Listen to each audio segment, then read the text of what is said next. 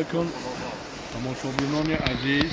من ملاظهور طاهری تاجیک از تاجیکستان، قهرمان خلق داغستان. امروز در بازار مهربان من آمدم یکی از برادرای ما معروف جان مغازه چای‌های تشکیل کردیم. برای من خیلی پسند اومد، چون که من اولین مراتب در تاجیکستان سال 1990 چای‌های گیاهی برآوردم، تشکیل کردیم. با نام سامانی بود، مردم نمیدانست، معلومات نداشت.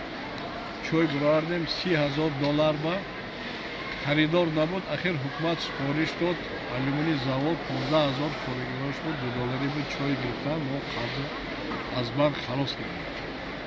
حالا بنابر همین من خیلی خرسند شدم که همه دارو همه چیز در طبیعت هست. چای‌های گوناگون هستند. من همینجا اگر هم تو نگاه کنیم، اگر من بوی مادران، من اینجا کلندولا بهترین چیز سالهای پیش وزارت تندرستی در پامیر سرخواس‌ها داشتن تیار می‌کرد. این همچون آنتیبیوتیک تبابت می‌کند بسیار بیماری‌ها، از آن جمله بیماری‌های زنانه، از پلیتیلین پرسیز کجا با چی باشد. خوش این روزا گل‌ها، همین گل صدبر مثلا همین دارو تیار می‌کنند. رزینول برای جگر بهترین دارو. مردم ما استفاده نمی‌کنند. من امروز مردم خیتای برای چی پیشرفت، برای اینکه 1 کیلو چای خیتایی تا $2,000 هست میفروشند. همین گیاها کار میکنن، 3 سال میکنن میبرن. مردم ما مرد کاری میرد، 1 سال به $1,000 از رسید میگیرد. همین آموزاندن نکنن که طبیعت حفظ کنن، کشت و کارش زیاد کنن، پلانتاسیون زیاد شد. و این رستوران شد استاد. برای خیر رستوران شد، برای جگر بهترین چیز هست. و من 10 نمود چای‌های طبابتی دکتر طاهری ما تشکیل کردیم، در داروخانه‌های تاجیکستان برآوردیم. و ما یک شعر نویسنده هستم که چای گیاهی بر سر درد تو خود دوایی. هرگاه که نوشم دردم شود کم، از جسم جانم دور می شود غم. چای گیاهی داد خدایی، تو هم غذایی تو هم دوایی. من تا آدمای 120 سالگی قطع واخوندم، صحبت کردم، اینترویو گرفتم.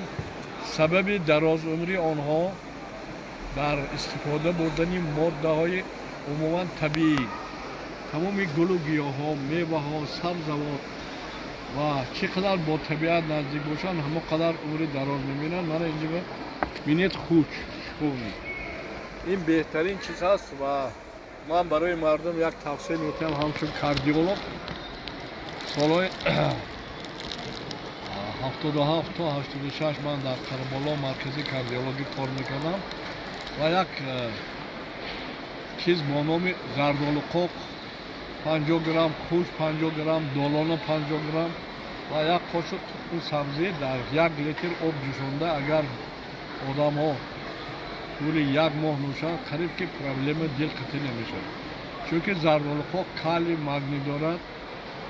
خوش بایرشنیک در داروخانه‌ها نستوی که بایرشنیک برای حرکتی مفصل یوز کردن. من اینجا بایرشنیک هم بوده است و زردآلو. من همین یک مصلحتی عادی هست و بخواهم با زبان روسی درباره همین چای‌ها یا شعر من در تمامی تا اپتیک‌های رسید نوشته موندگی. هر باره که مثلا من میدونم اون داروخانه گیاهی یک جهان اینها میگیرم که یک تاجیکا شیرش در داروخانه‌های رسید نویسنده موندگی Питачай, унеси мою печаль. У тебя такой роль, пьешь тебе уходит боль. Ты лекарство и нектар, ты бесценный Божий дар. خدا طبیعت و همه چیز آفریدگی، تمام چای‌ها مرحمت.